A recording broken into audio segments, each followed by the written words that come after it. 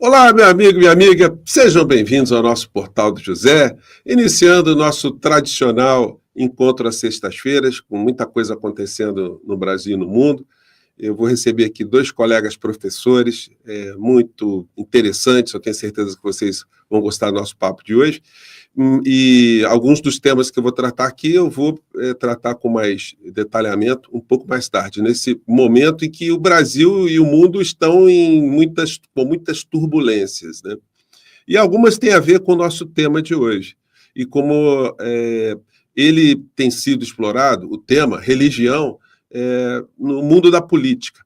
E como tem havido muitas distorções e que criam espaços que degradam o ambiente político, degradam convivência social, manipulam pessoas e, sobretudo, prestam um desserviço à civilização, porque uma coisa é a gente ter o nosso ambiente particular, nosso ambiente interior. Outra coisa é você impor a qualquer tipo de ordenamento político uma visão estreita, uma visão particular, específica de um grupo. Isso, infelizmente, tem acontecido em várias partes do mundo, a gente vai falar sobre isso. Mas no dia de hoje, nós estamos aí ainda em meio a muitas turbulências, né?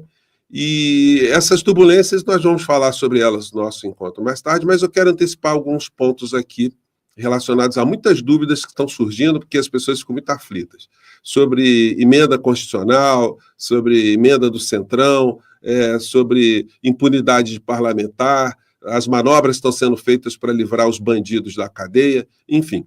Eu quero só dar aqui um pano de fundo para você ficar bastante consciente do que pode acontecer.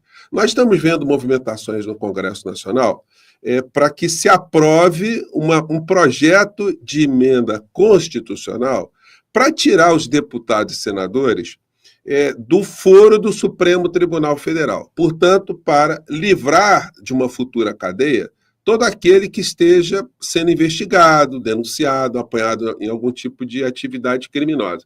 Só que tem um detalhe: precisa combinar com a Constituição. Porque mesmo um projeto de emenda à Constituição tem que obedecer a algum regramento, tem que ter uma receita de bolo. E qual é a receita de bolo? É a própria Constituição. E a Constituição estabelece uma série de regras dentro dessa receita que, se não forem obedecidas, o bolo não fica pronto no final. Essas regras são princípios constitucionais que não podem ser ignorados, como o princípio da legalidade, da impessoalidade, da moralidade, da publicidade e da eficiência. Portanto, deputados e senadores bandidos, se aprovarem uma emenda constitucional no Congresso Nacional, com esse propósito específico, não republicano, mas para atingir interesses pessoais, o Supremo Tribunal Federal declarará esse projeto de emenda constitucional inconstitucional.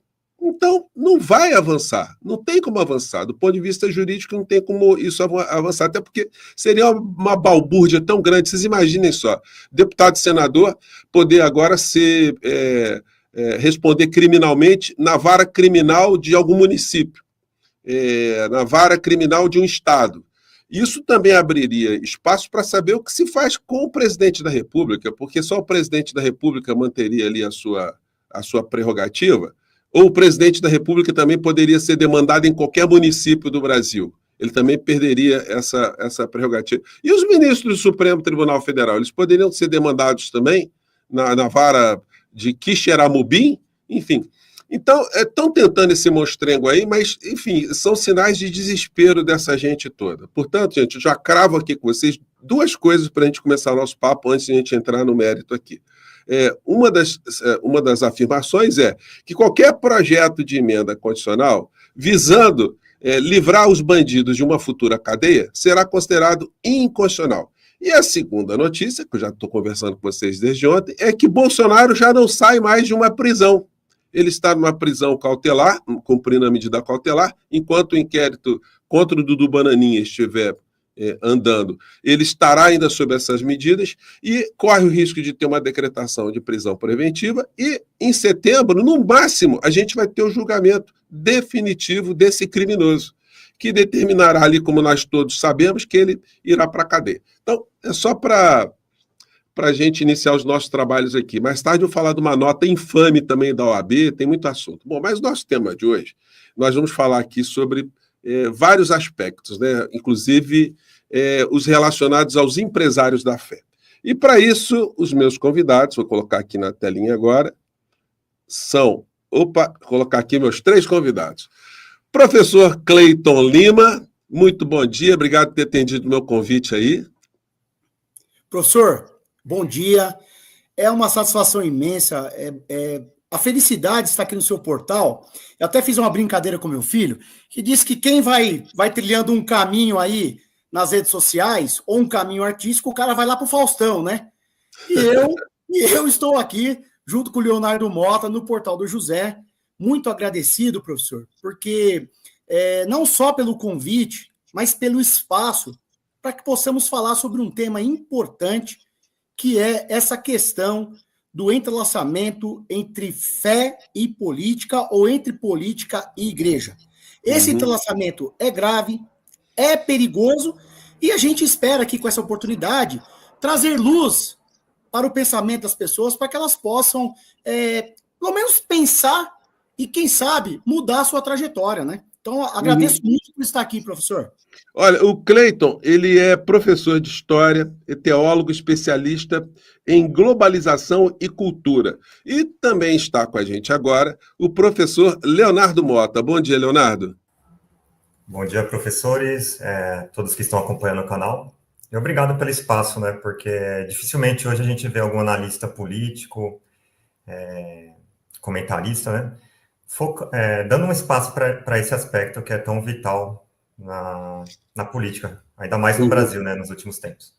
E o Leonardo é professor também na área de matemática, na área de exatas, né, e é escritor e especializado, inclusive, em teologia islâmica, enfim, tem muitos assuntos aí que são muito desconhecidos para nós aqui, e certamente a gente vai voltar novamente aqui a discutir esses temas ligados a esse universo que sofre muitos preconceitos, muitos tabus, né? Inclusive, estão acontecendo coisas que dizem respeito aos muçulmanos, nós estamos vendo conflitos, lá tivemos nessas últimas horas, né, a afirmação que Israel pretende ocupar a faixa de Gaza como um todo, o que caracteriza essa ação como um verdadeiro genocídio, uma verdadeira limpeza étnica, e a gente não pode ter papas na língua para denunciar isso, né?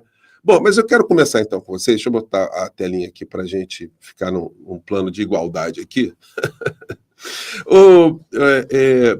Cleiton e Leonardo, vocês fizeram esse livro aqui, deixa eu ver se dá para colocar aqui, Bolsonarismo Evangélico, né? Bom, o que motivou, Cleiton, você a escrever esse livro? Professor José, acontece o seguinte, eu já sou cristão de berço, né? Então, uma família de pessoas que sempre frequentaram a igreja. O que vai acontecer? No meu contexto de infância, nós sempre vimos que a igreja, ou os cristãos, por exemplo, ainda mais os evangélicos, sempre tiveram suscetíveis a piadinhas, por exemplo, a brincadeiras. Só que o que acontece?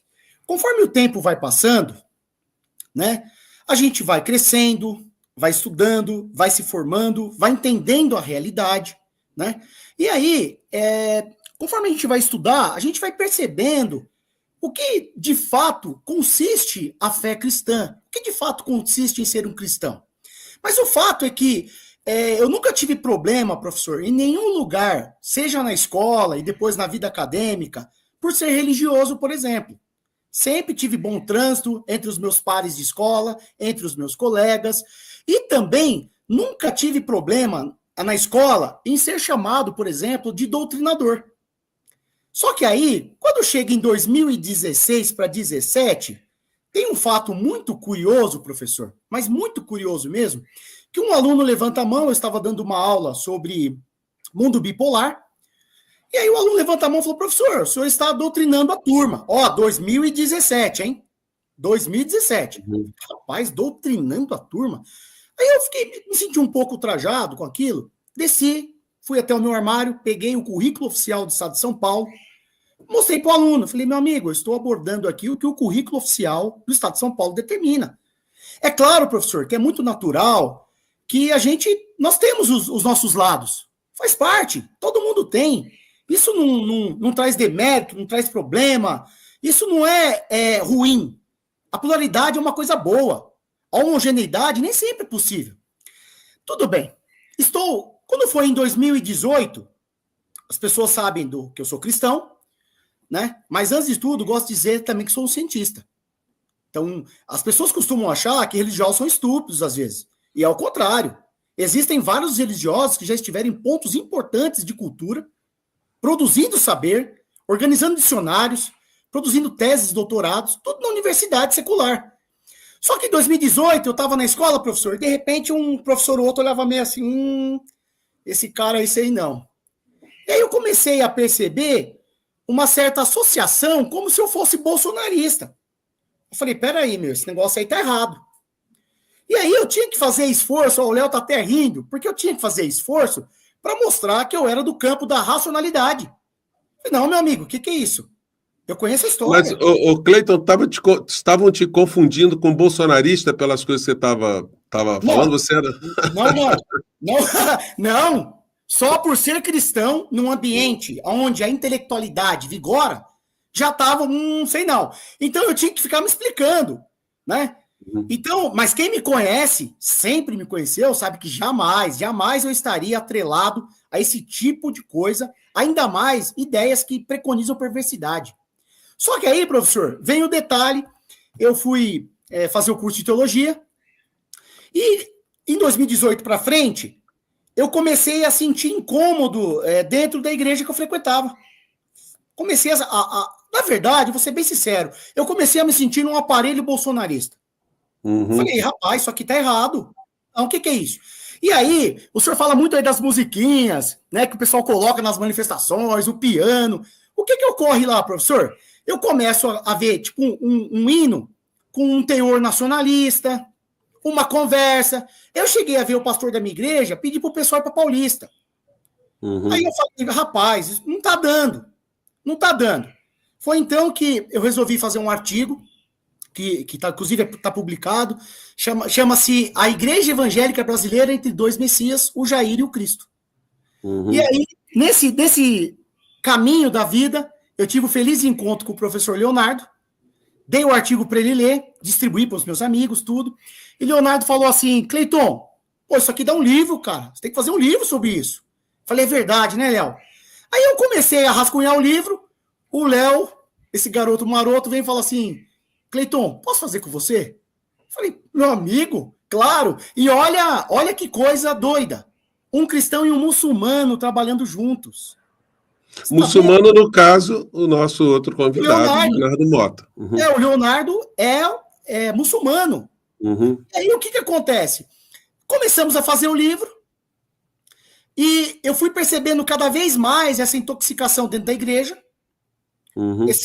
Só que aí nós vamos adiante aí, eu vou deixar o Léo falar um pouco sobre essa questão da experiência aí, do livro, mas isso foi chegando a um ponto, professor, que deu para perceber, na verdade, tá? E a gente vai voltar a isso mais para frente, de que o bolsonarismo, na verdade, eu já estou concluindo, as pessoas precisam entender que o bolsonarismo, ele é um fenômeno com amplos tentáculos. Ele tem tentáculo no agro, ele tem tentáculo no setor industrial, ele tem tentáculo no setor financeiro, e ele também tem tentáculo no setor religioso. E aí, esse setor, com esses 30% da população, tem coisas lá dentro do inconsciente evangélico, depois, se o senhor me permitir, eu vou falar sobre isso, que ele acaba sendo tocado. Então eu falei, eu preciso criar um movimento para dizer para as pessoas que se o bolsonarismo entrou na igreja, ele vai ter que sair. Mas não é porque somos intolerantes, professor.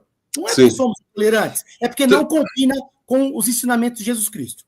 Ô Leonardo, dentro dessa perspectiva, de uns tempos para cá, a gente está vendo muito uso da bandeira de Israel no meio evangélico. E quando se pergunta, né, para algum desses manifestantes que está com bandeira de Israel, por que ele está com a bandeira de Israel, ele intui que lá que nasceu Cristo, que é a terra de Cristo, e que Israel é um país cristão, enfim. Explica para a gente como é que o que está acontecendo. Tem a ver evangélico aqui no Brasil com o Estado de Israel? Então, Israel, segundo a própria Bíblia, se a gente pegar a Bíblia, eles não aceitaram Jesus. Os judeus não aceitaram, segundo a Bíblia, e tanto é que na hora de escolher Barrabás e Jesus, eles escolheram Barrabás. Isso segundo a Bíblia, que eles dizem que leem, né? Então, é uma questão bem controversa, eles entram em contradição, né? Você pegar e falar que Israel é aquela Israel antiga. Eles pensam isso. Eles não têm ideia de que Israel hoje é um país secular, onde tem... Se eles soubessem, né, que lá tem parada gay, que a maconha é legalizada, certas coisas, né? O aborto também, né? Aborto. Uhum. Eles não veem isso. Eles acham ainda que Israel é aquela terra santa, prometida. Uhum. E assim, só de eu falar assim, terra prometida, já é algo também muito controverso, né? Uhum. Conclui, pode falar, Léo. Porque se você fala que a terra é prometida para você, quer dizer que o povo que está lá pode ser expulso, né? Então, essa é uma ideia também de que eles veem, né, que seria justo. Então, eles enxergam essa questão de Gaza como algo justo. Uhum. Né? A ideia também de povo escolhido. Uhum. Se eu sou escolhido, você não é escolhido. Uhum. Nenhum de nós aqui, eu não sou judeu, você, não sei, o senhor não é também, né? Uhum. Então, vocês não são escolhidos. Então, é uma forma de... meio parecida até com uma exclusão, um povo superior, né? Uma forma de superioridade. Uhum. O Estado de Israel hoje, ele estaria fazendo as práticas políticas, as práticas genocidas, de limpeza étnica, enfim, contra um outro povo, o povo que está na faixa de Gaza, na Cisjordânia, né? Baseado nesse dogma, né? Que existe um povo que tem o merecimento, tem o direito de estar num lugar que o outro não está. O outro, portanto, não é da mesma categoria em termos de respeitabilidade humana, né? Exato, e assim, a gente não pode enxergar isso como uma guerra religiosa, né? Eu não posso chegar e falar que os judeus, eles todos pensam assim, porque hoje em dia qualquer coisa, né? Você criticar o governo de Israel, eles acham que você é um antissemita, né? Uhum. A minha crítica é ao governo de Israel, né? Esses que estão lá no poder. No entanto, há grupos judeus que são contrários, né? Há judeus que tentam seguir ali o que tem na Bíblia de mais adequado. Como muçulmano, o Cleiton sabe disso, nós muçulmanos nós acreditamos que a Bíblia foi revelada. O Alcorão fala que Deus revelou a Torá, que Deus revelou o Evangelho. O Alcorão fala que Deus tem um pacto com os judeus, fala que Deus tem um pacto com os cristãos. Nós muçulmanos acreditamos em Jesus, né? Mas os cristãos brasileiros, né, boa parte deles, os evangélicos aí, mais doutrinados, eles acham que os muçulmanos são inimigos. Uhum. Tanto essa união que eu tive aqui com o Cleiton é um exemplo de muitos outros que eu conheço, de muçulmanos que convivem em paz, né, com cristãos que trocam experiências, que jogam videogame, jogam futebol, em paz. Uhum. Só que ali essa é a questão. De um modo geral, não se conhece uma religião que pregue ódio, né, Cleiton? Não tem, assim, não existe nenhuma doutrina religiosa, nenhuma filosofia que pregue a eliminação do outro, a superioridade, enfim. De um modo geral, as religiões elas sempre pregam a fraternidade, a caridade, a irmandade. Não é por outra razão que as pessoas se chamam muitas vezes de irmãos, né? Então, quando se há uma visão preconceituosa de uma religião para com outra, a gente está num caminho muito ruim. Você tocou no ponto aí, Cleiton, que existem vários tentáculos que o bolsonarismo penetrou. E vários deles, inclusive, têm preconceito contra a religião. Eles têm preconceito contra evangélicos. Só que eles sabem que há uma manipulação dos evangélicos para obtenção dos seus fins. Você não vê, o Paulo Guedes nunca foi num culto. A gente nunca viu o Paulo Guedes num culto com o Bolsonaro. Ele quer o braço financeiro, ele quer o principal articulador da entrega no nosso país. Ele olhava assim, evangélico, não, para lá eu não vou não, com esse povo eu não misturo. Como é que você vê isso? Professor, se for possível, antes de responder a sua pergunta, eu gostaria de tocar alguns pontos sobre essa questão de Israel, que eu quero que seja relevante para estar dialogando com o que o Leonardo falou, com o que o senhor falou também. Acontece o seguinte, as pessoas quando vão ver o texto bíblico, professor, eles enxergam, às vezes, recortes, e esses recortes dão margem para os maiores absurdos que o senhor puder imaginar. Que eles, até os religiosos do termo dizer, é uma heresia. Mas é o seguinte, as pessoas precisam entender que esse Estado de Israel que a Bíblia fala, aliás, o povo de Israel, tem uma diferença entre o povo de Israel e o Estado Nacional de Israel. É como, por exemplo, esse pessoal aqui fazendo marcha para Jesus com bandeira de Israel, dizendo que são conservadores, isso não combina. Eu vivo lembrando o Zé Simão, é a piada pronta. Por quê? Por que é a piada pronta? Porque não tem sentido. Eles estão lutando contra o aborto aqui, mas o Estado Nacional de Israel aprova o aborto. Eles falam da questão do uso da cannabis, mas lá a cannabis é permitida. Então, fala da parada gay, mas lá tem parada gay. Então, é um contrassenso, assim. É uma coisa que chega... É bizarro. É uma bizarrice, na verdade. Né? Outra coisa também.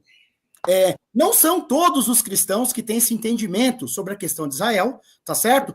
Mas também precisamos dizer o seguinte, José, a aliança nova agora, se nós formos pensar em termos bíblicos, e eu recomendo que as pessoas leiam para entender, para saber, para se orientar e para não cair no golpe do vigário, dos golpistas, tá certo?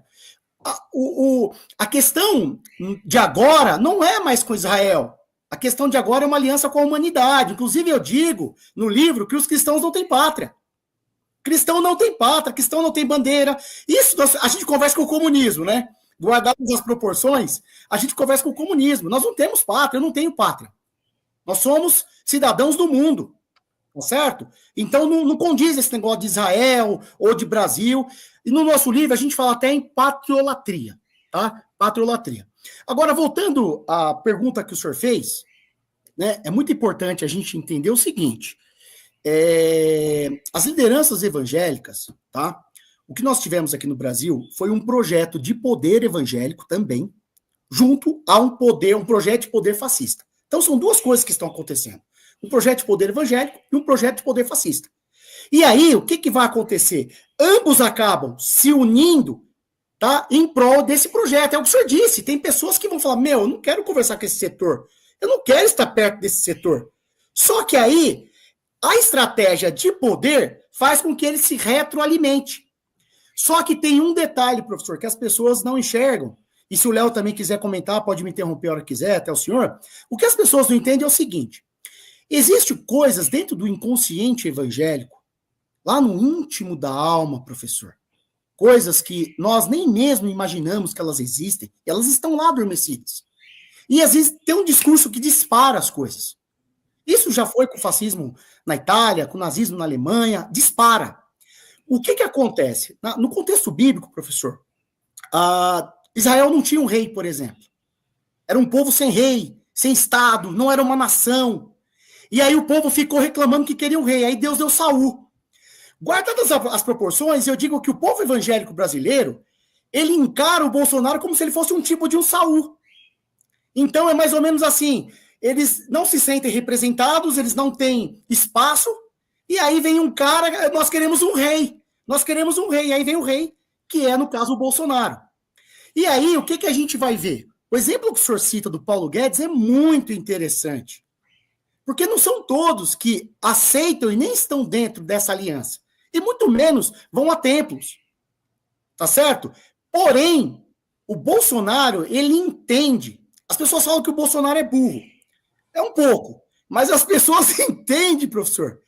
Ele conseguiu, com essa ideia, instrumentalizado por outras pessoas, ele conseguiu entrar no inconsciente das pessoas, e aí esses cristãos, que se dizem, entre aspas, conservadores, e que adoram a bandeira de Israel e etc., eles acabaram embarcando nessa paranoia, porque, inclusive, eu tenho dito para as pessoas que o bolsonarismo é uma seita de massas.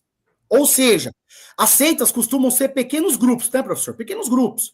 Ou seja, é fechado, baseado nas ideias de um líder. Só que o que acontece? Como o bolsonarismo ele sempre inverte as lógicas das coisas, é uma coisa muito estranha, né? É um fenômeno muito estranho. Que agora as pessoas não guardam mais os segredos para o seu secto religioso. Elas jogam na internet. E aí, nós vamos ver a situação do quê? É a instrumentalização onde é o útil e o agradável. Eu não tolero esse grupo, mas eu vou estar com ele porque eles vão decidir a eleição para o nosso lado. Então, eu acredito que, para resumir essa fala, o que está acontecendo, professor, é que também nós temos que dizer que nem todos os evangélicos são bolsonaristas. Definir quem são os evangélicos do Brasil é uma tarefa complexa. É muito complexo. É um grupo muito heterogêneo. Veja o meu caso, por exemplo. Eu, na 8ª série, eu conheci o socialismo, nunca mais deixei de gostar dele. E sempre fui cristão também. As duas coisas podem conviver. Tá certo? Sim. Oi, perdão. A gente pode até dizer que Jesus Cristo foi o primeiro grande socialista, né, da humanidade, né? Mas, Leonardo, mistura de política com religião. No islamismo, a ideia que se tem é que o líder político é também o líder religioso. E se fala, olha, nesse modelo não se tem a separação do Estado e religião. Como é que você analisa isso? Professor, antes de falar sobre essa questão, só uma observação sobre o que o Cleiton falou. Sim. Cleiton, será que é possível ser bolsonarista e cristão? Impossível. Então, impossível. Você... são duas coisas... Não dá, peraí, deixa eu fazer aqui. O que tem no livro de vocês abordam aqui. Evangélico fazendo arminha. Isso não é normal, não, Cleiton? Desculpa, Léo, só para pegar essa parte aí. Professor, é o seguinte, eu vi a live do senhor com o Julian Lemos, e o Julian Lemos disse que aquilo era um negócio do grupo, de grupo. Não, senhor. Não, senhor. Desculpa, eu discordo diametralmente do que ele disse, tá certo? Acontece o seguinte, nós sabemos quais eram as saudações nazistas e quais são as saudações desse pessoal que, infelizmente, vive num mundo onde não é um mundo concreto e objetivo. Então, não tem como, primeiro, cristão ser bolsonarista, e se quiser já eu posso falar mais sobre isso, é impossível, não combina, é água e óleo. A própria Bíblia vai colocar esse pessoal frente a frente com o erro e com a ignorância que significa ser bolsonarista, professor. E para concluir isso, eu vou dizer o seguinte, eu vou mais longe. Se as pessoas... infelizmente, o Léo mostra no livro que 30% da população brasileira sofre de analfabetismo funcional. Né? E eu percebo que até os vídeos, as pessoas não têm compreensão do que está sendo dito. Então, professor, esse negócio da arminha, tá? Quando existe uma passagem bíblica em que Pedro, quando Jesus vai ser preso, ele corta a orelha de um cara, meu. Jesus não falou, isso, Pedro, muito bem, pegue a espada. Não, meu. Jesus mandou ele recolher a espada e ele voltou a orelha do rapaz para o lugar. É isso que o texto bíblico diz. Ou seja, não é possível enxergar Cristo em violência. Não é possível enxergar Cristo em armamentismo. Cristo é um discurso de paz. Não tem como, professor. Léo, você. Voltando à questão, professor, a questão da liderança política religiosa no Islã. Antes de falar disso, a gente tem que separar o Islã, propriamente dito, e o que surgiu depois. Porque depois do profeta Muhammad, surgiram duas vertentes, né? Seriam o xiismo e o sunismo. No entanto, o próprio Alcorão diz, o livro sagrado do Islã afirma que não deve haver divisão na religião. Ou seja, tecnicamente falando, teologicamente falando, segundo o livro sagrado da religião, essas aí não se tratam de vertentes, são meros desvios, independente do tamanho deles, são desvios. O Islã, mesmo puro, da época do profeta, é o Alcorão, a mensagem que ele deixou. Olha só, fazer um pequeno parênteses aí, porque todas as religiões, elas permitem interpretações daqueles que seguem a religião. E aí você tem as divisões. Na essência, todas as religiões, elas pregam a paz. E aí você tem grupos que são mais extremistas em qualquer religião, na religião católica, entre os evangélicos, entre os muçulmanos, enfim. Eu só não conheço extremista budista, mas se bobear, tem também extremista budista lá, né? Mahatma Gandhi que nos diga, porque na Índia também teve muita questão, né? Mas é sempre importante a gente sublinhar, porque vocês operam para que não haja uma rotulação genérica, né? Vocês sublinham bem isso. Todos os evangélicos, todos os muçulmanos, enfim. É importante a gente sempre colocar a racionalidade na interpretação desses fenômenos, né? Mas eu queria voltar a essa questão anterior. Estado e religião entre os muçulmanos. Então, no Alcorão, fala que não deve haver imposição na religião, no Alcorão. Uhum. Fala, não deve haver imposição da religião. No entanto, a teoria, né, e a prática, a gente vê que nesses países muçulmanos, que se dizem muçulmanos, não opera bem. A Arábia Saudita é praticamente um satélite dos Estados Unidos, né? Aqueles caras com aquelas barbas volumosas, aquelas túnicas. Isso aí não tem nada a ver, no Alcorão não fala para você se vestir dessa forma, né? Então, eles se travestem dessa imagem para enganar as pessoas, né? Uhum. E o Irã também, eu não vou ficar passando pano para o Irã também, porque ali eles impõem muita coisa e não seguem também, assim, literalmente o que o Alcorão diz. Então, eles seguem aí um conjunto de lendas e boatos que surgiram 200 anos após o profeta Muhammad, que foi compilado em compêndios enormes de ditos, né?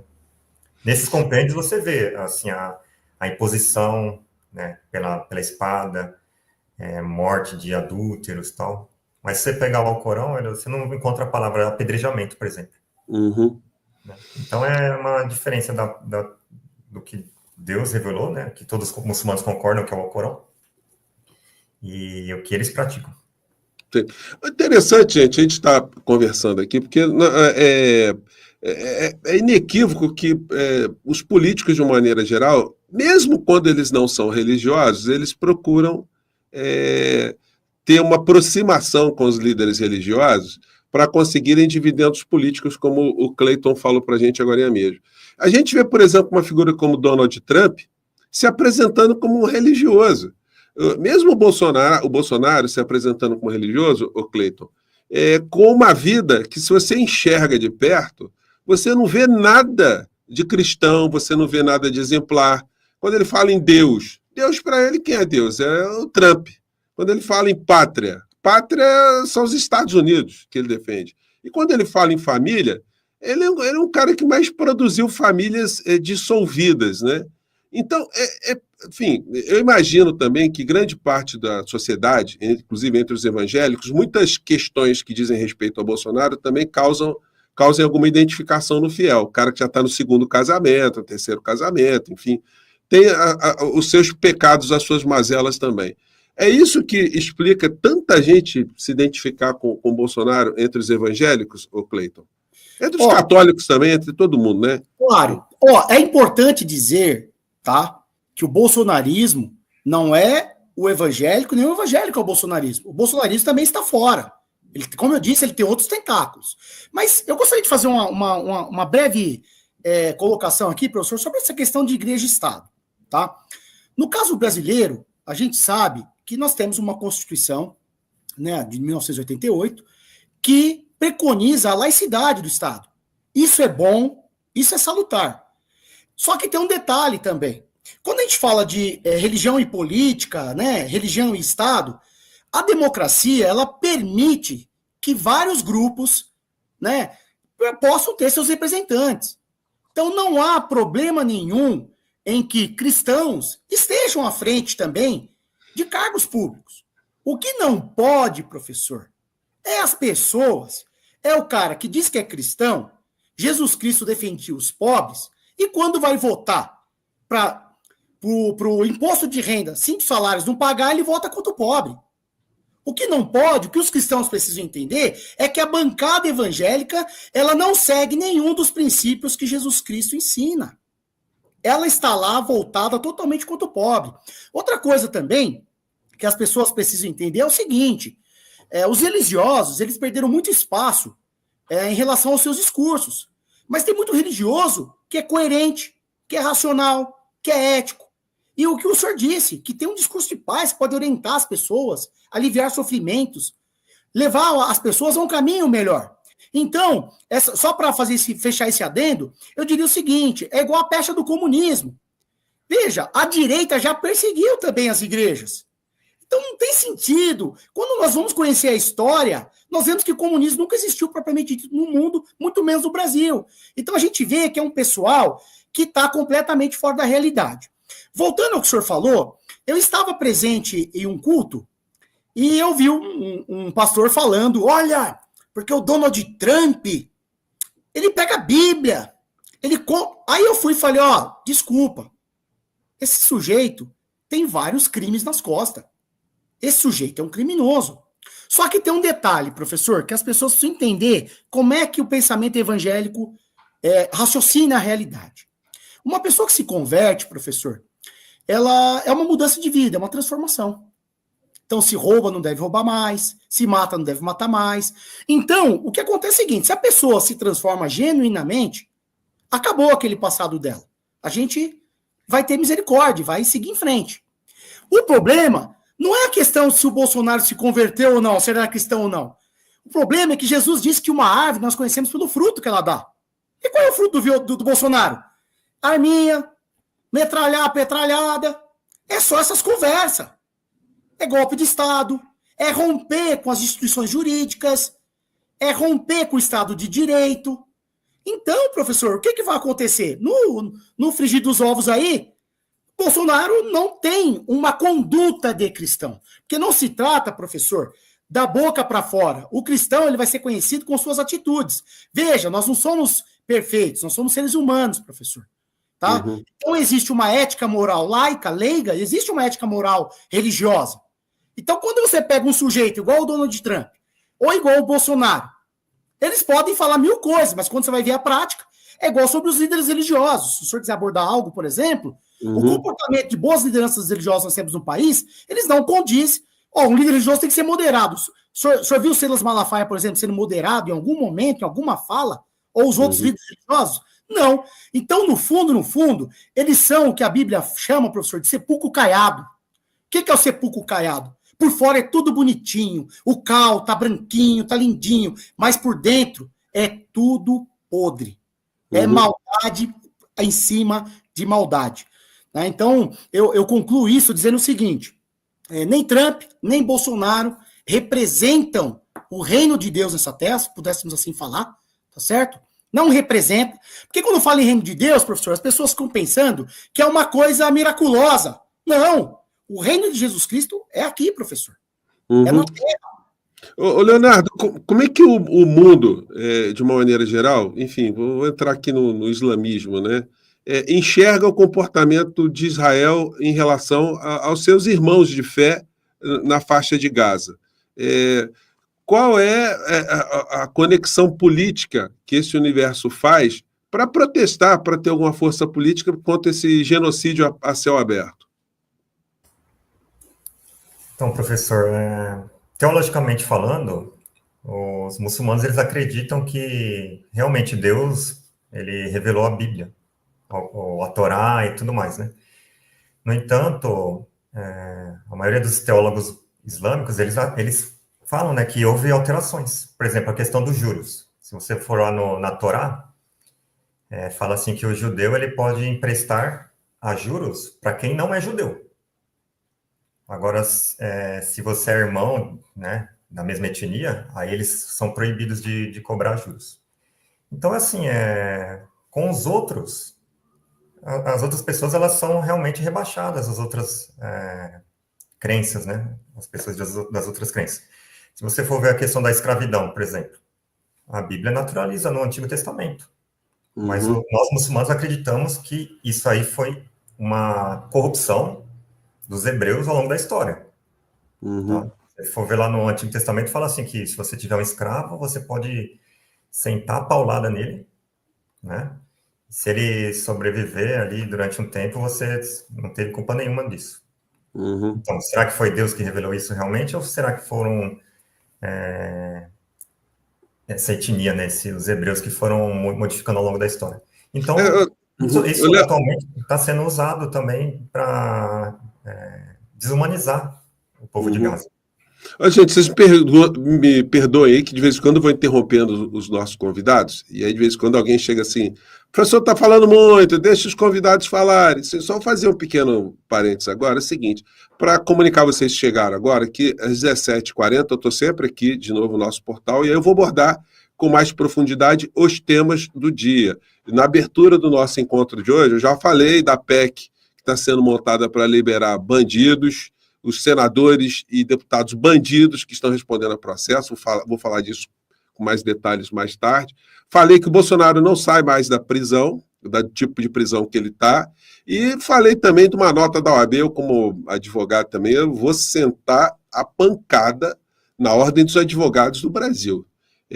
Me senti insultado com a nota que eles fizeram ontem, uma nota bolsonarista, né? Só faltou estar escrito embaixo Carluxo, Dudu Bananinha e Flávio Rachadinha.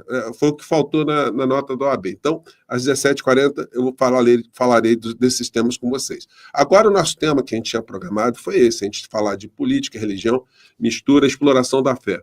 E aí quero voltar agora para o Cleiton. Ô, Cleiton, você tocou no Malafaia. Eu fiz 2 representações já contra Malafaia. Não gosto de ficar falando disso porque quando a Procuradoria-Geral da República demora muito para dar explicação ou para dizer se está agindo ou não está agindo, a impressão é que a gente está fazendo papel de bobo como cidadão. Eu, como sempre dei aula de direito constitucional, sempre defendi que meus alunos tinham que exercer a cidadania e quando advogados, na condição de advogados, deveriam exercer também, porque está no Estatuto da OAB, a defesa da democracia, então não é quase que uma imposição ética de todos nós que estamos no meio jurídico. Mas, dentro do meio jurídico também, Cleiton e Leonardo, o bolsonarismo entrou. O presidente atual da OAB, enfim, ele foi mencionado na reunião golpista do Bolsonaro, quando ele fez lá em 5 de julho, se não me falha mais, 5 de julho ou 5 de junho de 2022, algo do tipo, a OAB está com a gente. O presidente da OAB, que era o mesmo de hoje, ele não desmentiu que ele foi procurado pessoalmente. Ele disse que a OAB não foi procurada. Mas não era a OAB que o Bolsonaro recorreu protocolarmente. Ele procurou a OAB através do presidente da OAB. Então, o comportamento da OAB, tanto aqui no Rio de Janeiro também, lamentável, de algumas seccionais no plano federal, se assemelham muito ao que aconteceu na área da medicina, quando, em plena pandemia aqui no Brasil, a gente via uma série de médicos defendendo tratamentos imprestáveis, comportamentos homicidas, porque tinha uma vinculação ideológica também com a figura do Bolsonaro. Portanto, esse fenômeno, quando vocês escrevem o livro aqui, Bolsonarismo evangélico, tem o bolsonarismo agronegócio, o bolsonarismo banqueiro, o bolsonarismo entreguista. Olha, o que se via de militar em culto evangélico, dizendo que era evangélico durante o governo Bolsonaro, foi um negócio impressionante, né? Mas eu quero passar para o Leonardo de novo. Leonardo, você chamou atenção para um negócio que passa despercebido, né, pelo mundo de uma maneira geral. A Arábia Saudita, por exemplo, eles se classificam ali como pessoas que seguem o Islã. Mas, na verdade, se a gente olhar de perto, pelo que você pontuou, me chamou a atenção, também há um uso da religião naquele Estado para fins econômicos e fins políticos, né? Você impõe aos árabes que você é o representante máximo, você foi ungido por Deus, você está conectado com Deus, e, portanto, ninguém pode questionar absolutamente nada. É mais ou menos isso, Leonardo? Isso. Inclusive, nós tivemos um caso de um jornalista, eu não me lembro o nome, acho que era Khashoggi, alguma coisa assim, né, que ele foi para uma embaixada e lá dentro os caras mataram e esquartejaram.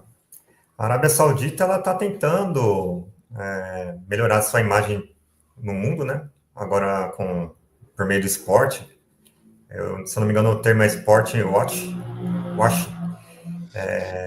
Trouxeram o Cristiano Ronaldo, tudo. Então, eles estão tentando mudar essa visão diante do mundo. Mas é uma ditadura, baseada numa falsa doutrina, que é a doutrina da sucessão apostólica, né? Mohammed está lá, então os atuais líderes, essa família, seriam descendentes do profeta, né? Se eu não me engano, na Jordânia, outros países, outras monarquias ali do lado também. Mas muitos deles são aliados de Israel. Você não vê nenhuma ação forte contra o genocídio, né? Que eu acho que desde a Segunda Guerra Mundial é o maior, né, que nós presenciamos. Inclusive, se eu não me engano, ontem, ou antes de ontem, foi o aniversário da implosão lá de 80 anos, né, de Hiroshima e Nagasaki, foi o maior ataque terrorista que tivemos na história, que foi perpetrado pelos Estados Unidos da América. Aí eles querem chamar os outros de terroristas, né? Pois é, eu quero até para fazer justiça aqui, histórica, né? É importante dizer que todas as religiões sempre tiveram essa mistura com as questões de Estado. O catolicismo, a Igreja Católica, o Vaticano é um Estado. Muitas pessoas não sabem disso. Ele é considerado quase que um país. Ele tem autonomia política, ele emite passaportes, ele tem banco, enfim, só que ele está dentro da Itália, está ali naquele espaço de Roma, todo murado, enfim. Ele tem tem representações formais em vários outros países, enfim, tem os passaportes diplomáticos, né? O Papa trafega como um líder supranacional, e a Igreja Católica também sempre teve mistura da política com a religião católica, e apoiou todos os regimes de ditaduras que a gente viu ao longo da humanidade, né? Todos eles ali, até porque muitos dos lemas que eram utilizados por ditadores eram exatamente esse que o Bolsonaro utilizou aqui no Brasil. Deus, pátria e família. Quem falava isso era o Mussolini. O Hitler, de um certo modo, ele falava também. E a gente vai pegar vários outros criminosos ao longo do mundo que fizeram isso. Então, é muito importante a gente nunca tentar estigmatizar ou ter algum tipo de preconceito a qualquer tipo de religioso. Porque toda pessoa que tem uma fé sincera, essa pessoa que professa sua fé com sinceridade, que acredita naquilo, você não vai dizer para a pessoa, você está equivocado, meu amigo, você está errado, isso aí não existe. Isso aí é uma arrogância muito grande, você querer entrar nessa intimidade da pessoa. Mas aqueles que se aproveitam da fé para outras finalidades, esses têm que ser denunciados, esses têm que ser combatidos. Por isso que a gente citou aqui o Malafaia, no meio dessa história. Agora, Cleiton, como é que o discurso do Malafaia ele consegue seduzir tantas pessoas? Como é que uma pessoa começa a ter um complexo de igrejas e que são, na verdade, grandes conglomerados econômicos? Professor, voltando um pouquinho e seguindo, o senhor disse uma coisa muito interessante. Poxa, tem Bolso Agro, tem Bolso Banco? Tem. Como eu digo, o que acontece é o seguinte, professor, as sociedades, elas têm os seus mais variados tipos de bandeiras, de crenças, de ideologias, de práticas, só que, qual é o detalhe? O detalhe existem práticas majoritárias e práticas minoritárias. O que acontece é o seguinte, o bolsonarismo, na verdade, ele na verdade recebeu um novo nome, tá?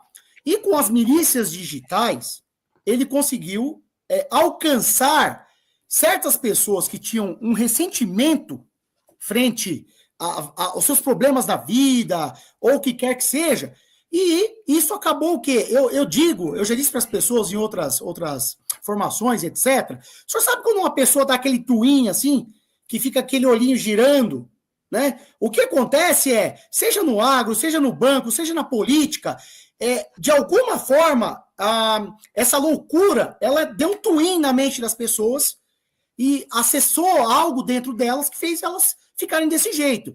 E eu quero dizer também o seguinte, sobre essa questão que o senhor falou do bolsonarismo está na sociedade, o que vai acontecer agora é o seguinte, ele vai recuar porque eu tenho muita fé que a racionalidade vai vencer, tá?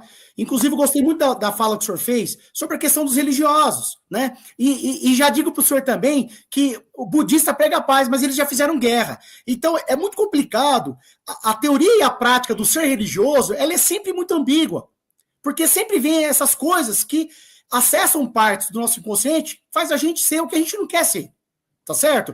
Mas agora, voltando para a questão do Malafaia, recentemente teve aí o documentário da Peta Costa, o Apocalipse dos Trópicos, né? Inclusive, nós tentamos até entrar em contato com ela, mas é assim, professor, o pessoal da esquerda não quer receber a gente. O pessoal da esquerda não quer receber a gente. A gente tenta, o senhor aqui, eu não sei nem o que dizer. De agradecimento mesmo, porque nós estamos num movimento. Isso aqui não é brincadeira. Isso aqui é um movimento, não só para a questão das igrejas, mas também para a sociedade brasileira. Tá certo? Então, no caso do Malafaia, professor, acontece o seguinte. O Malafaia, na verdade, ele é um empresário, né? Ele é um empresário. Só que as agremiações religiosas, elas têm as suas isenções tributárias, né? Tem as suas participações. E o que acontece? Esses grandes conglomerados religiosos, eles acabaram encontrando um caminho de serem favorecidos através do Estado.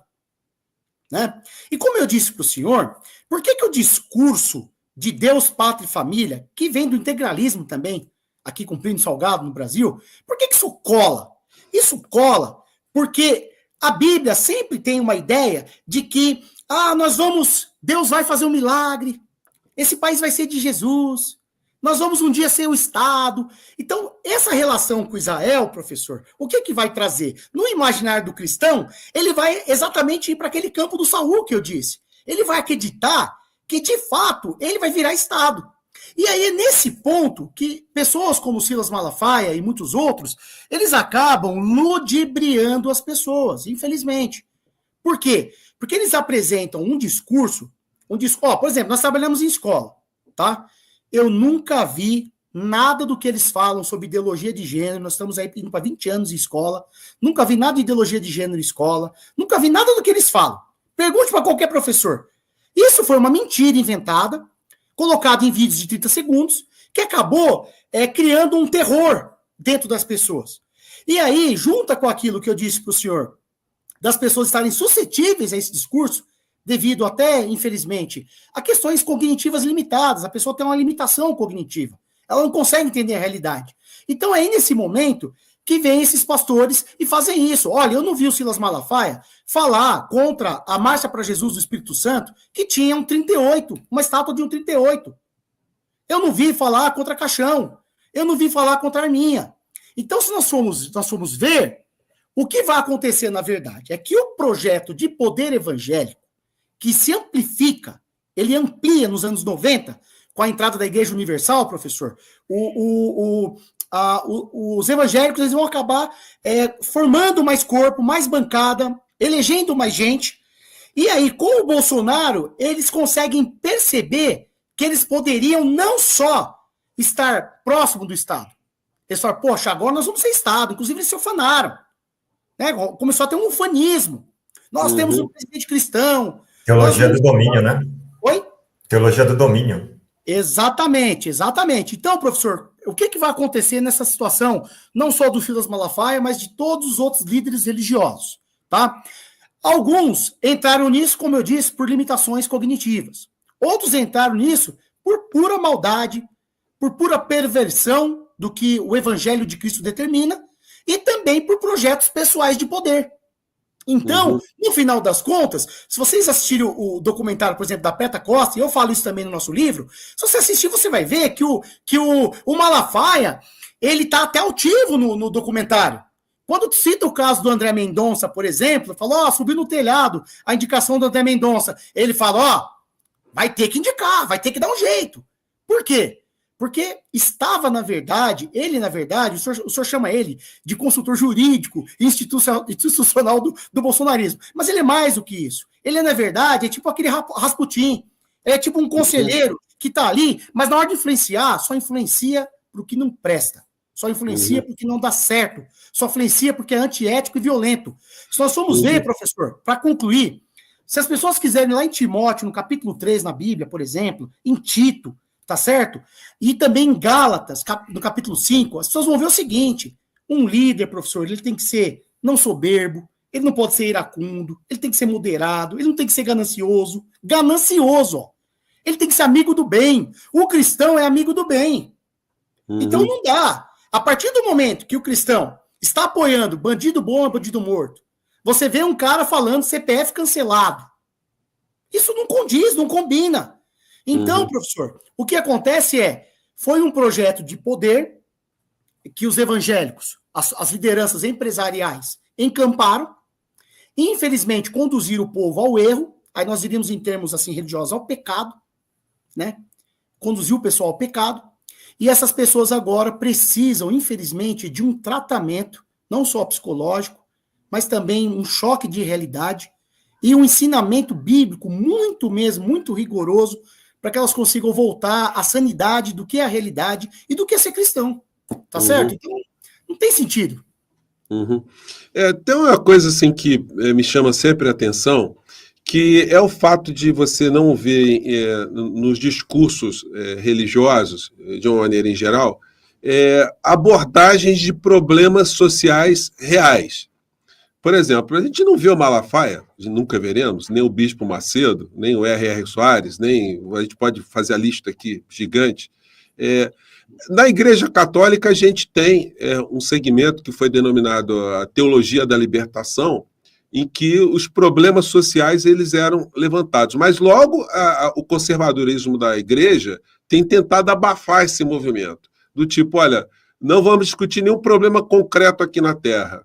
Isso aí a gente não entra nessa discussão, isso é para um outro plano. Me parece que essa forma, dentro da igreja evangélica, só para a gente situar especificamente, é uma forma de alienar também a sociedade, não é não, Cleiton? Na medida que é o seguinte, o Malafaia, por exemplo, só para citar o nome dele novamente, ele não fala com ninguém dentro da igreja dele sobre a questão da educação no Brasil, a questão da saúde, a questão do SUS, o que tem que ser melhorado, o que não tem que ser melhorado. Então, se o fiel está com algum problema de saúde, está com problema jurídico, está com problema de moradia, problema de segurança, o problema dele é com Deus e não com o Estado. Essa não é uma forma de alienação também, de manter afastado o fiel dos reais problemas da sociedade, Cleiton? Depois eu quero saber a opinião do Leonardo. Excelente pergunta, excelente pergunta. O que acontece é o seguinte, esses senhores, baseado aí no que o Léo lembrou aqui sobre a teologia do domínio, eles disseram o seguinte, olha, a partir de agora, a gente entendeu que as coisas não é só do céu, não, é da terra. Mas é da terra para melhorar a vida deles, não a vida dos mais pobres.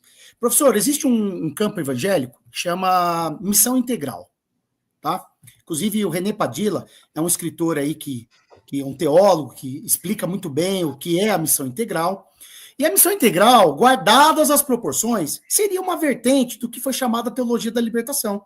Tá? Mas, historicamente, nós sabemos que as igrejas, elas são conservadoras. É algo que, como é que eu posso dizer assim? Que da essência, né? Isso, da essência, muito bom. É algo da essência deles. Então, eles já são conservadores. Porém, tem um detalhe. Existe outro setor que não é majoritário, que vai estar pensando nessas questões e vai estar, não é instrumentalizar a palavra, é ensinar, vai estar educando o povo, que precisa olhar para essas coisas. É como eu disse para o senhor falou é a mais pura verdade. Não tem um projeto para a saúde, não tem um projeto para a educação, não tem um projeto para a universidade, não fala da realidade brasileira, não fala em acabar com a pobreza, mas é claro, nós temos que fazer uma meia-culpa. Existem muitas instituições evangélicas sérias, que têm casas de recuperação, que têm hospitais, que têm escolas, que têm universidade. Porém, o que acontece? Esse discurso de extrema-direita, bolsonarista e o bolsonarismo evangélico, eles têm um tipo de comportamento completamente apartado do mundo real no que se refere à melhoria da vida da população. Então eu vou dizer assim, ele não aliena as pessoas quando ele diz assim, olha, eu quero que vocês votem no meu candidato. Então, essa consciência deturpada, ele está instrumentalizando. Aí é instrumentalizar. Mas quando é para desalienar, no sentido de apresentar ao fiel a realidade e os problemas que o nosso país tem, um país de matriz colonial, de um capitalismo tardio, isso eles não fazem. E aí eu concluo essa pergunta do senhor e a resposta dizendo o seguinte: o que acontece, professor, é que as pessoas precisam ter consciência da realidade. E isso não é só a questão de cristão evangélico. Porque se fosse assim, nós não teríamos 30%, 40% da população votado no Bolsonaro. Tá certo? Isso é um fenômeno maior do que isso. Porém, entre os evangélicos, sim, há, infelizmente, um processo que pode se tornar alienante. As pessoas podem se descolar do real, podem, infelizmente, negar essa existência, pensando até em Nietzsche, né? Negar essa vida para viver uma outra vida, né? Como se esquecêssemos do que está acontecendo aqui. Mas eu disse para o senhor bem claro aqui, para todos que estão nos assistindo, que a ideia de reino de Deus não é uma ideia celestial. E o reino de Deus é justiça, paz e amor.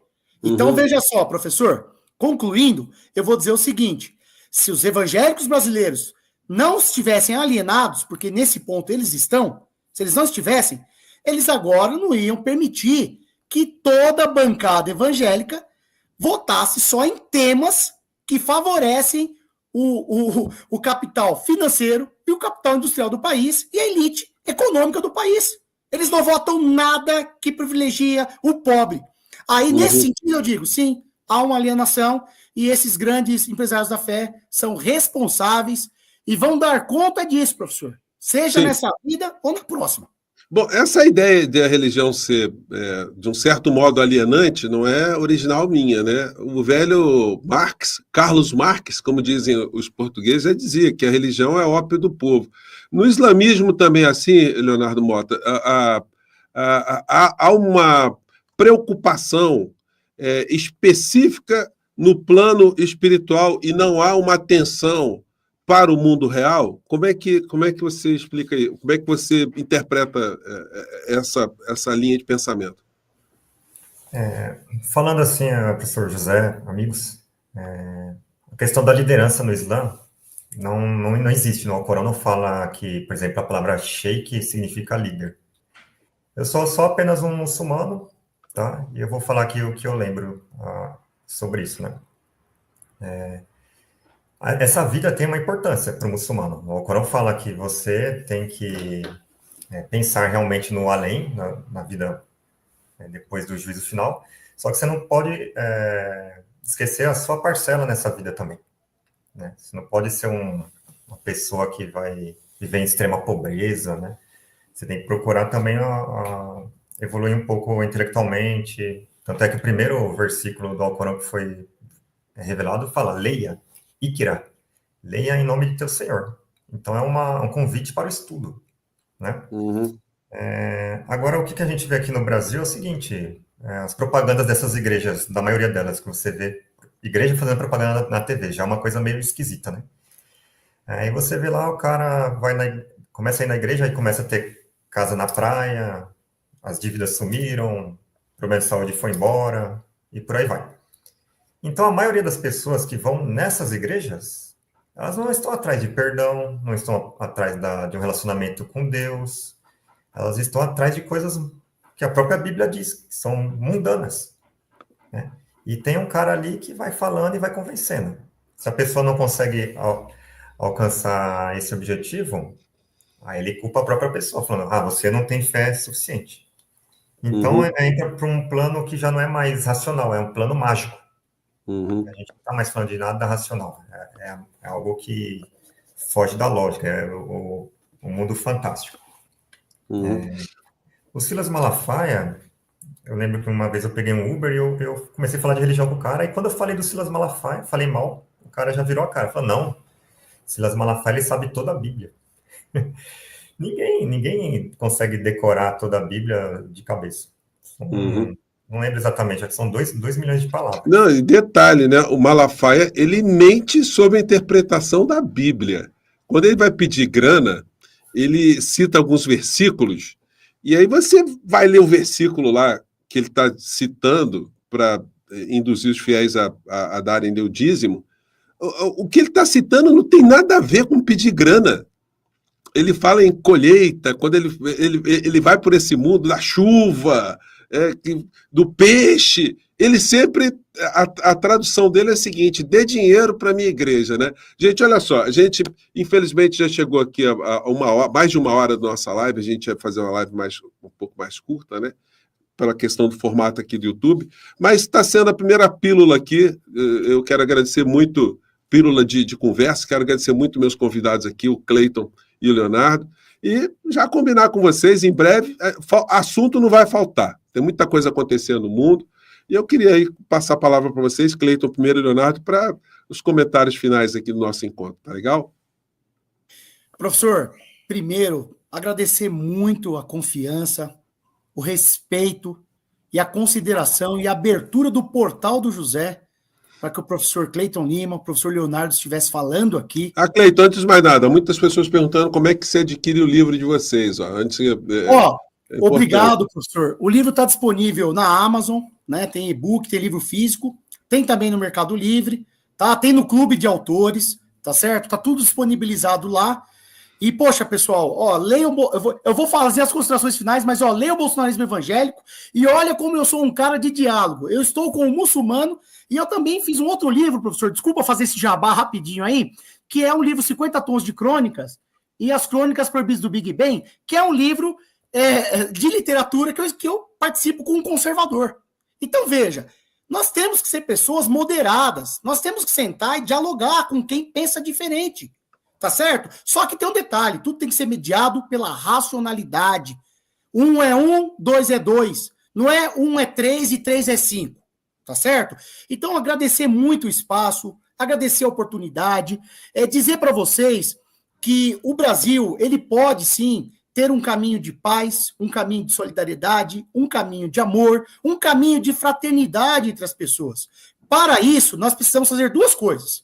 Respeitar as diferenças, a pluralidade de pensamento, a pluralidade religiosa, e entender que na democracia todos devem ter acesso e participação ao governo, todos devem ser ouvidos, mas é claro, aquilo que é injusto, aquilo que é ruim, aquilo que é danoso, deve ser repudiado, tá certo?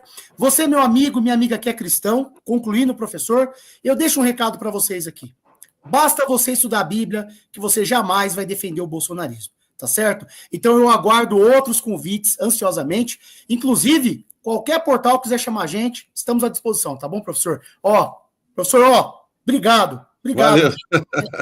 Fala, Léo. Agradeço a todos aqui do canal. Vocês de verdade, vocês são cidadãos de bem, porque vocês são os verdadeiros cidadãos de bem, porque procuram conhecimento, o diálogo, né? E gostaria só de destacar que para todos os comentaristas, assim, políticos, analistas políticos, para enfrentar o bolsonarista, esses falsos profetas aos montes, nós temos que entrar no ramo da religião. Nós temos que citar a Bíblia, temos que mostrar para eles que eles estão errados, de acordo com a Bíblia, porque não tem como a gente deletar, contornar esse fato. O fato é que a maioria da população brasileira acredita. Então, vamos usar isso como uma ferramenta contra eles. Esse negócio de ungido de Deus, ninguém toca em mim, né? Eu desafio qualquer um desses profetas aí. Faz uma profecia para ver se cumpre. Lá em Deuteronômio você vê que como é que você vai conhecer um falso profeta. Se ele falar uma coisa e não acontecer. Por exemplo, aliás, o Malafaia falou, né? Nós vamos ver quem vai ser o campeão. Vamos ver quem é o Deus verdadeiro. Aí no outro dia perdeu a eleição. Tá bom. Ou seja, segundo a Bíblia, né? Eu tenho falado sempre isso, que o Malafaia tem um dedo podre. Onde ele encosta, a pessoa cai em desgraça. Olha, mais uma vez, gente, muito obrigado por vocês estarem aqui. Às 17h40 estou de volta aqui. E os temas aqui, eles são instigantes, a gente vai voltar a eles novamente. Muito obrigado a você que esteve aqui com a gente. 17h40 tem muito assunto importante aí rolando. Espero vocês, tá bom? Um grande abraço, gente. Tchau. Tchau. Um abraço, até a próxima.